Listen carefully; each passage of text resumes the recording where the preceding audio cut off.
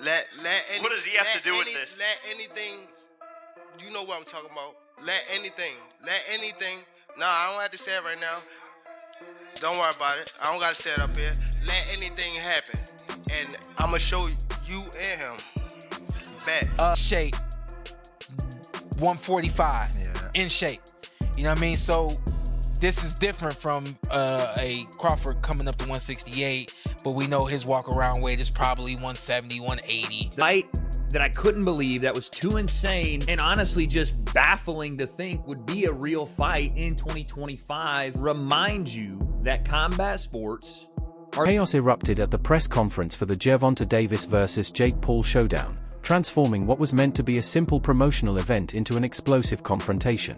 Davis lost his composure when questioned about his decision to face Paul instead of top-ranked contenders. Meanwhile, Jake Paul seized the moment, throwing jabs at Davis's personal life and mocking his past, pushing the tension to a boiling point until moderators were forced to step in and restore order. When people run back to this press conference, all the shit talk, all the fun, they're gonna be like, wow, this kid really is doing something monumental in the sport, and he's actually an insane boxer, and I'm gonna show that this guy who's been doing it his whole life has been doing it wrong his whole life.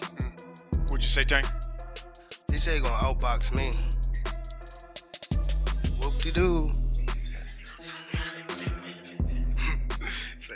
The one thing, when you have a fight of this magnitude, especially with Jake, because his appeal has been global, for you, Tank, do you think this is one of those fights where now all of a sudden you can show your boxing skills on a global scale to maybe people who weren't interested in boxing? All of a sudden they say, well, who is this guy? Yeah, it's actually like, you know, now that I'm looking at it. From the very start, the exchange was anything but friendly. Standing at 6 feet 1 inch, Jake Paul towered over Gervonta Davis's 5 feet 5 inches frame, a striking image that perfectly highlighted the size gap fueling pre-fight debates. Paul didn't waste the opportunity, turning the height and reach advantage into part of his promotional fire, confidently claiming he'd use his superior length to keep Davis at a distance. But Davis, the reigning lightweight champion known for dismantling bigger men, fired back with icy confidence, vowing that once the fight heated up, size wouldn't save Jake, speed would.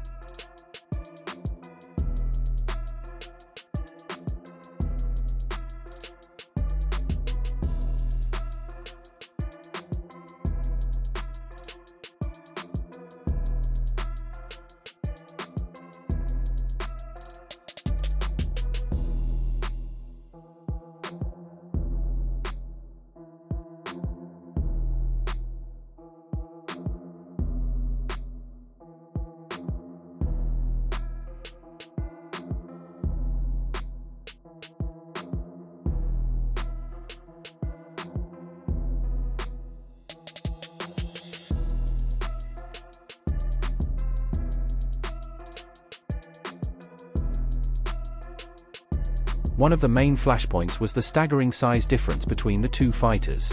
Many observers, including major media figures, dismissed the matchup as unfair, even calling it a clown show before it began.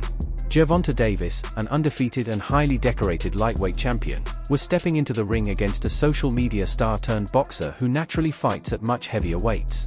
To make matters even murkier, the fight was labeled an exhibition, not a sanctioned title bout, a detail that only fueled the ongoing debate about the fight's legitimacy. The fight, but yeah, that was that. This time, Jake Paul is to take on Tank Davis. Tank Davis, he was recently in the news for being arrested for a domestic violence incident involving one of his kids' mother. He was alleged to have slapped her about the place. The charges were later dropped, to be fair to him. But yeah, that was when he was last in the news. What is interesting is just a couple of months ago, Tank Davis was saying openly that he'd lost his passion for boxing and that he wanted time away from the sport. There was speculation that he might even retire as he was experiencing extreme mental fatigue from boxing, depression, and there were mental health concerns over him.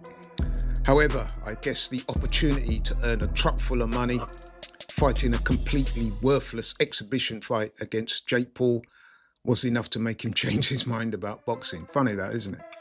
But you know what? I'm not even going to waste your time or mine critiquing this utter nonsense. Suffice to say that this so-called fight we're talking about is an exhibition, and it pits Jake Paul, who is a cruiserweight, by the way, weighs in excess of 200 pounds, and Tank Davis, who is, he was the WBA lightweight champion, who weighs in at about 135 pounds when he fights. So that's a disparity of some 65 pounds. In old money, that's about 4.5 stone. There's also a significant difference in height. Jake Paul is roughly, 6'1", 2. Gervonta Davis is 5'5" at best. So, there's a height disparity there of some 8 inches. And once again, this is Jake Paul showing total disrespect to boxing, in my opinion. Once again, continue to pimp out the sport for his own financial ends. And worse still, the powers that be in boxing allowing him to get away with it and facilitating this utter bullshit. And meanwhile, what's even worse about this is that meanwhile, the WBA lightweight title that Tank Davis should be defending against Lamont Roach in a rematch. It's no secret that Jake Paul feeds off drama and chaos, and this press conference was engineered for viral fireworks. From the clown taunts to the shoves and the sly digs about legal troubles, every moment felt scripted to stir outrage and trend online. The entire event unfolded less like a boxing presser and more like a reality show meltdown, complete with cameras ready to capture every flare of emotion. Reporters later described the scene as all noise and no meaning, a circus of spectacle that offered shock value but little substance. In between doing these entertainment fights and then, trying to push toward his goal of ingraining himself in the sport of boxing, and kind of does both of them. So it's kind of a weird place to be, because he wants the respect of the boxing fans and the boxing hierarchy and hardcore boxing people, but at the same time, he'll gain some of that and then lose some of it. It's like a seesaw of his fights. Like one fight, and be like, okay, that's a real fight, or that's a real fight. And he'll go and he'll win the fight. Julio Cesar Chavez, real fighter, maybe past his prime, whatever, but Jake goes and wins that fight pretty easily, and then gets a lot of respect, gets a lot of the boxing hardcore love. And you have these talks about him fighting Anthony Joshua, and that was going to get even more respect. More people were like, that's fucking crazy. What are you doing? Myself included. That seemed like a massive risk, but a lot of people were like, okay, fair play. Anthony Joshua, that's a real heavyweight. Jake wants to fight him. He's a psycho, but fair play. And then you announce this one, and it's like, well, that's the same thing people have been saying about Jake for years, so it's a weird spot to be in for him for sure. But I talked about this not being the first choice, and I don't think it was, because Coppinger reports next that talks for Jake Paul to face Anthony Joshua collapsed over network issues. Now, we had all heard the talks, and they were pretty public, from Eddie Hearn, from Jake. Nikisa Badarian, Jake's manager, was over in the UK on, I think, Sky Sports, talking about the fight and saying how... Keith Thurman highlighted a sharp irony, how the critics of Gervonta Davis are, in fact, the ones helping him the most. And he's absolutely right. The same people who constantly tear down Davis's performances are the ones who never miss a single fight. They say his boxing lacks real skill, yet they're glued to the screen every time he steps into the ring. Thurman explained that even negative attention feeds Davis's fame, giving him more visibility, more relevance, and ultimately more power. Their criticism becomes free promotion, because the harder they try to drag him down, the higher his name rises. I'm happy with Tank. First off, don't watch Tank. Don't do it. You know what I'm saying? You support it, then what you doing? You can't not support and support at the same time, right? So if you're a boxing purist, then this fight with Roach is really more for you. It's going to be more up your alley, If you just like all entertainment, all fights, all hypes, all everything, then you're going to want to tune in to the Tank and Paul show there, because that's all for entertainment. What is it? For entertainment purposes only, right? It's just say like somewhere in the small print of the promotion. For entertainment, don't do this at home, kids. So fine. Disclaimer. Yeah, disclaimer. For entertainment purposes only, So, it's money-making purposes only. Stephen A. Smith didn't hold back when addressing the rise of these mismatched exhibition fights, including the heavily hyped Jake Paul vs. Mike Tyson spectacle. Smith said he was saddened and disgusted by the trend, calling out the blatant mismatch with trademark bluntness. He insisted that Paul needs to test himself against real fighters, not retired athletes or aging icons well past their prime. Still, Smith acknowledged Paul's undeniable promotional genius and the massive spotlight he brings to boxing, but when it came to Gervonta Davis, Smith's tone shifted to respect. Following the controversial majority draw against Lamont Roach in March, he reminded fans of Davis's remarkable record and dismissed the backlash as unfair. In Smith's eyes, Davis showcased true championship composure, refusing to break under criticism or controversy. His immediate decision to accept a rematch wasn't desperation, Smith argued, but the move of a man utterly confident in his legacy, determined to prove once again why he reigns at the top. Is a professional. At some point in time, I don't give a damn if it's a light heavyweight. Better be a Bivol, a super middleweight, Canelo, Mexican Monster, David Benavidez, somebody that actually has a reputation. The time has come for Jake Paul to step into the ring with a cat who actually boxes for a living and give us that fight. I appreciate the fact of him promoting. I appreciate him having the cachet as a former YouTuber turned boxer. I like Jake Paul. I respect Jake Paul. I'm just saying, because I like him and because I respect him, I want to see him in the ring. And I don't want to hear, I know his numbers are better, but then he gonna say, I don't need Canelo, Canelo needs me. Well, wait a minute. It ain't just about... Stephen A. went even further, ranking Gervonta Tank Davis among the top 3 boxers in the world, praising his explosive power, refined skill, and unmatched knockout precision. Tank, a proven world champion and elite talent, stands at the pinnacle of modern boxing, while Jake Paul, despite his fame, remains a YouTuber-turned-boxer still learning the ropes. For a fighter of Davis's caliber to face someone so inexperienced, Smith argued, risks tarnishing his hard-earned reputation.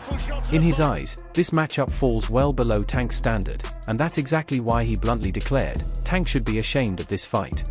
Rolly Romero views the Jake Paul vs. Gervonta Davis showdown on Netflix as a massive attraction, especially for the younger American audience. He pointed out that while Canelo Alvarez vs. Terence Crawford will deeply resonate with Mexican and Latin American fans, the Paul-Davis exhibition has the potential to dominate the US mainstream, particularly among viewers under 20. Romero believes both events serve a greater purpose, expanding boxing's overall reach and bringing fresh eyes to the sport. Though he admits Canelo vs. Crawford holds superior value from a pure sporting perspective, he sees Paul vs. Davis as the bigger cultural moment within the US. Who will win in this fight? Jake Paul or Tank Davis? It's a legit question. And I actually want to really hear your thoughts on who do you think is going to win. Because I know what Vegas is saying, but I want to know what you think. You got... Personally, I think Tank too little, bro. Yo, I think Tank too little. I'm so glad you have a brain on your fucking shoulder. I think Tank too little. I said, bro. I think Tank's too little. That's what I'm saying. That weight classes for a reason. Davis that weight class for a reason. 5'5", 135 pounds. Jake Paul is 6 feet, 205 pounds. That's what I'm saying. Dog. He's too 6'1", little. 205. Everybody's like, yeah, bro, but Tank it only takes one good punch. Yes, it takes one good punch when you're about the same size. There's a 60, 70 pound difference in weight in these people. I don't think nobody puts the physics in mind. Jake Paul gets punched in the face by dudes 200 pounds with all their might on a weekly basis. A 135 pound puncher, bro. If y'all remember the Mayweather versus Conor McGregor fight, Conor walks around like 180 on the regular. He's like 5'9", 180. Mayweather's like 5'7", 145. That 30 pound difference, bro, if you remember that fight, Mayweather was putting mittens on Conor. Guess what happened to Conor? He didn't hit the ground once. No. He lasted all 12 rounds getting hit with flurries. I'm talking about Mayweather was having his time. He's being cocky with it, hitting him with all kind of combos. And we're watching the last 3 rounds of that shit like, yo, knock him out.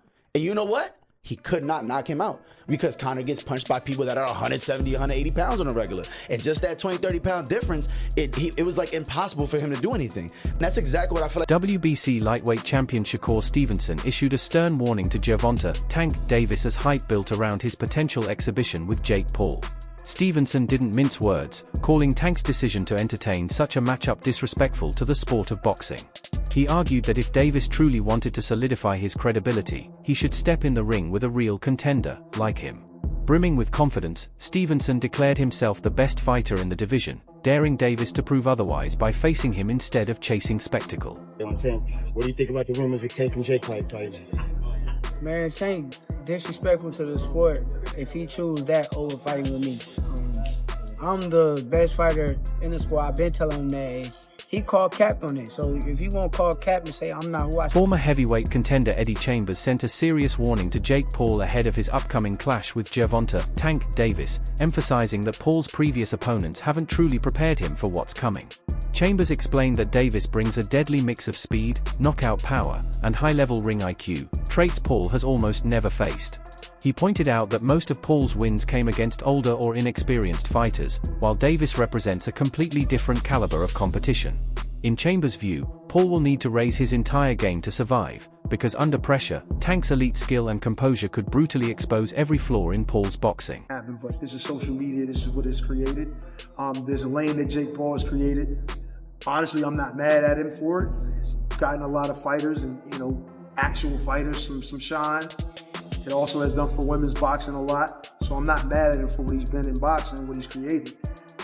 This is a little crazy. Yeah. This is a little crazy. And a lot of people will say, Tank is too small.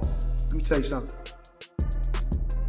Anybody that gets in the ring with Tank that is not a damn dinosaur is gonna feel something from it. And it ain't gonna be easy to hit it. Got boxing IQ. He may not sound like an intellectual guy when you hear him talk, but he knows the ring inside and out. So there's nothing that Jake Paul can do aside from make it extremely ugly by grabbing him and probably trying to throw him to the ground. I don't know what else, bite him. I don't know, but I mean, the skill level alone. Now, of course, there is a size difference, a height difference, and all that, but he's just gonna struggle so much landing a shot. It's just gonna look bad. To me, this is the way I see it. It's gonna look bad. Tank is gonna be too fast. In the punch, I believe, I'm not saying it's gonna knock him out but the upcoming Jake Paul versus Gervonta Davis clash has drawn intense backlash from boxing purists who see it as spectacle over sport. Many critics argue the fight is being driven more by money and media hype than by genuine competition. They describe it as a cartoonish cash grab, where the sacred pillars of boxing, skill, merit, and legacy, are being traded for viral clicks and streaming numbers. To them, this fight symbolizes a troubling decline, a retreat from the sport's proud heritage and the seriousness that once defined the sweet science. A fan of this matchup at all. You got Gervonta Davis, who's been eating county jail spreads for the last month and a half, and he didn't look good in his last fight against Roach, where he had a draw, but most people felt like he got his ass tapped, so he needs the money.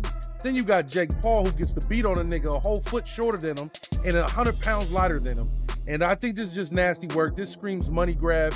And then you know what? The fans lose in the end on this one. Netflix wins, Jake Paul wins, and Tank wins. We lose. Promoter Eddie Hearn delivered one of the harshest criticisms of the Jake Paul versus Gervonta Davis spectacle, warning, it blurs the line between real sport and pure entertainment.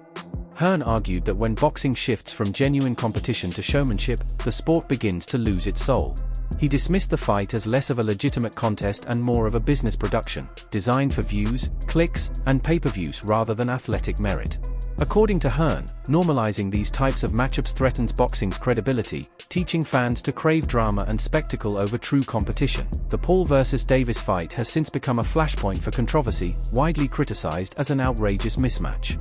Jake Paul typically fights near 200 pounds, while Gervonta Davis competes at 135, sparking accusations of weight bullying and unfair advantage. Many traditionalists call it absurd, comparing it to amateur theatrics or even pro wrestling. Yet, a growing counter-narrative defends Davis's choice, applauding him for being financially smart and openly prioritizing business over purism. They argue he isn't chasing approval from boxing traditionalists, he's chasing the bag, and in today's fight economy, that's a victory of its own. We shouldn't. You don't think? Sorry. So, I thought we were all unanimous here. Do you think that Jake Paul beats Gervonta Davis? 70 pounds is 70 pounds. Gervonta Davis is very small. 5'5". He's tiny, bro. That's what I'm saying. Jake Paul, he's a little man. If Jake Paul's tucking up, move on, and absorbing punishment for walking forward.